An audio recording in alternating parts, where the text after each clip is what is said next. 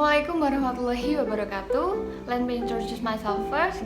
My name is Silvy Dewi and my partner Nur Hidayah Ayu P.N. We are from class C, and today in this video we would like to retell the novella with the title of Mitch and Man. And I would like to retell the story from chapter 1 until chapter 3, and my partner Nur Hidayah Ayu would like to retell the story from chapter 4 until chapter 6. Let's get started. This story is about two men who walk together along the Salinas River in California to find a job. The two men are George Milton, the smaller and thin man, and Lenny, a huge man with large eyes and sloping shoulders. They both dress in the denim jacket and farmhand attire. After they walk along the path, suddenly Lenny stops and he drinks in the river. George warns him to stop and not drink too much because he thinks it will make him sick. As their conversation continues, George begins to complain about the bus driver who dropped them off a long way from their destination, where their first place of work in a ranch. Lenny interrupts him to ask where they are going. George said to Lenny that they are going to work on the ranch.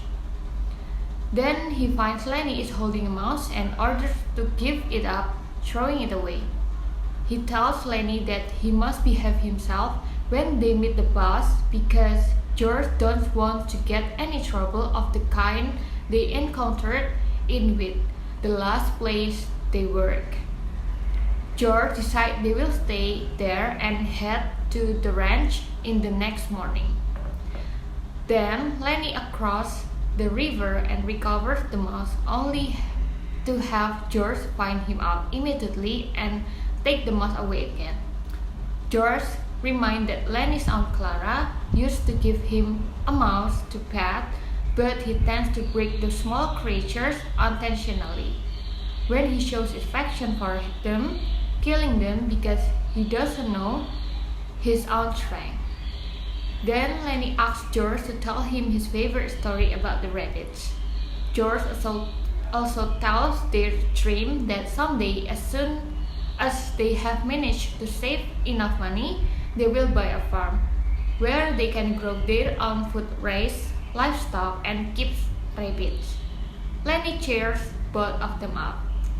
As night falls, George tells Lenny that if he gets any trouble while working at the ranch, he is returned to this clearing, hide in the bushes, and wait until George comes.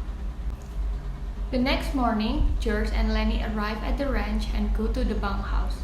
They were greeted by an old worker named Candy, who lost his right hand accompanied by his old sheepdog. George is dismayed to find a can of leech powder in his bunk, but Candy assures him there is no risk of being infected, as the last man who slept there was remarkably clean. The boss arrives and upset to the George and Lenny because they did not arrive at the previous night as he had expected before. Realizing Lenny is not speaking, he becomes suspicious. George tells him that although Lenny is not too bright, he is strong as a bull. Lenny opens his mouth to affirm this, making George uneasy.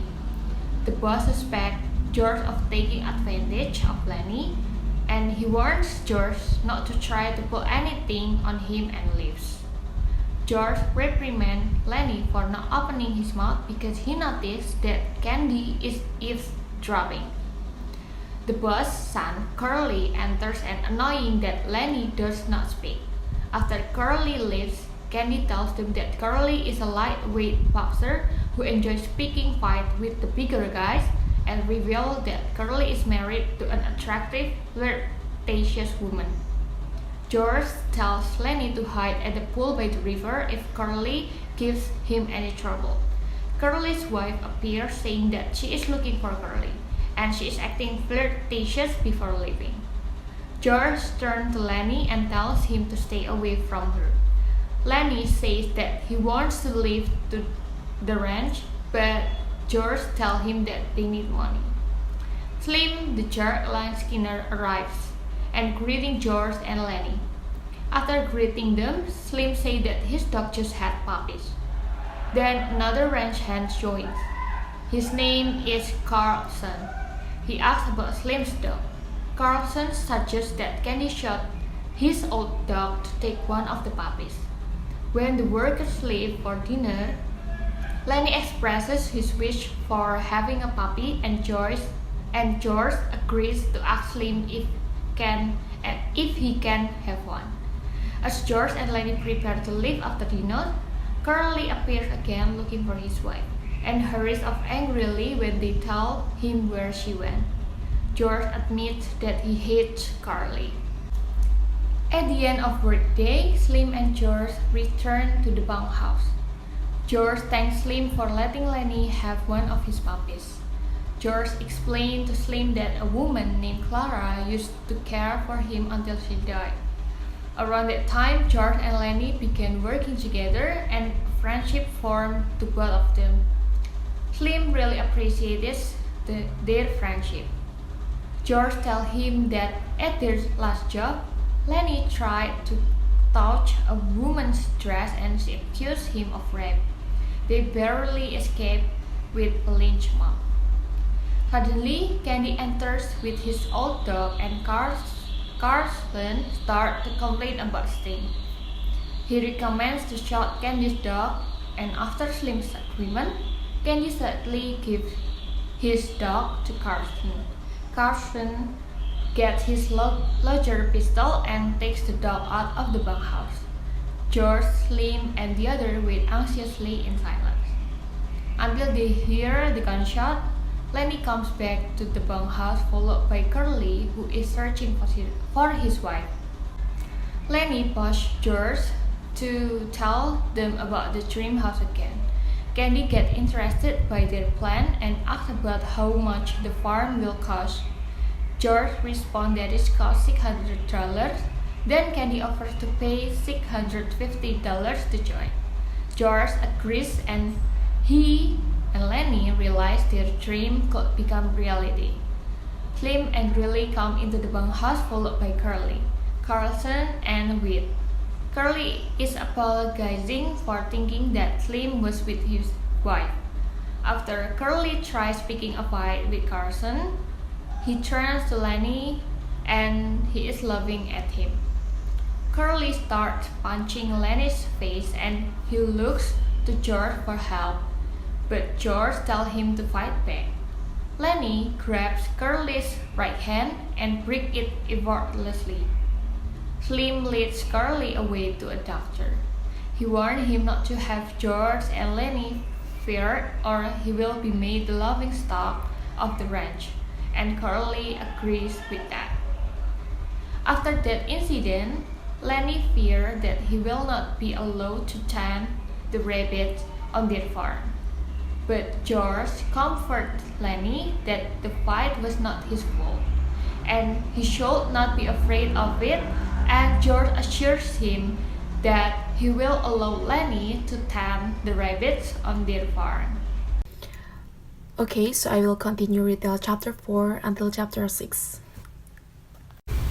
In chapter 4, it's Saturday night, and most of the men head to nearby town to head the brothel, leaving behind Lenny, Candy, and Crooks and wife Curly. Lenny went to Crooks' room in the stables. At first, Crooks is reluctant to let Lenny into his room, angry that he is not allowed to be in the white man's room. Candy goes into Crooks' room looking for Lenny. Crooks tell him and Lenny that they want on a farm, but Candy explained that they have money to buy it. Kirk was interested in joining them. Candy sends him away and says that if he fires them, they'll buy their own farms, making him laugh at them. Crooks also told him to leave his room. He threatens Crook, saying that he can get him hanged. He finally leaves when Candy says she can hear the other men arriving at her house. Chapter 5, which takes place on Sunday afternoon, begins with Lenny in the barn petting his dead puppy. At first, she tried to ignore him because she knew that George didn't want to talk to him. Lenny talked to him about the farm, and George will have the rabbit he will raise. He tells her that he likes to care something. She says he understands and offers her hair to be stroked, which she does. He broke his neck, then left. Realizing he had done something wrong, he ran to get George and to discuss what has happened and predict that Curly will want to kill Lenny. Candy asks about the dream of buying a farm and both realize that this will now never happen. George is worried that Curly will suspect that he was involved in his wife's death and asks Candy to pretend she didn't see him before he left the barn. Carlson says that the gun is missing and they suspect that Lenny has taken it. George told them in chapter 6, which means the ending of the novel, Lenny hides in the bush next to the clearing. He and George occupy at the beginning of the book. He was hallucinating, seeing Aunt Clara and Giant Rabbit. George finds Lenny and talks to him, telling him he is not angry and trying to calm him down. Lenny asks George to describe the dream of the farm and he did. As he did this, George asked Lenny to take off his hat and look out over the river. George then used Carlson's gun to shoot Lenny in the back of the head. The others found George after hearing the shot. George claimed that Lenny has Carlson's gun and that he should shoot him after successfully taking the gun away. Slim walked away with George, telling him, "You had it, George. I swear you had it." Carlson and Curly watched them leave, wondering, "What do you think?" asked them both. At the end of Mice and Men, George spares Lenny from Curly Rock by shooting Lenny in the back of the head after reciting their shared dream of owning a farm on final time. Of Mice and Men teach a grim lesson about the nature of human existence. Nearly all of the characters include George, Lenny, Candy, Crooks, and Curly wife admit at one time or another to having a profound sense of loneliness and isolation.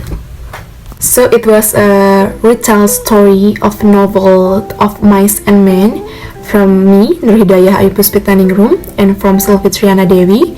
I hope you guys can understand what I'm talking about. I hope you guys can enjoy this video. And thank you very much for your attention. Wassalamualaikum warahmatullahi wabarakatuh. Bye guys.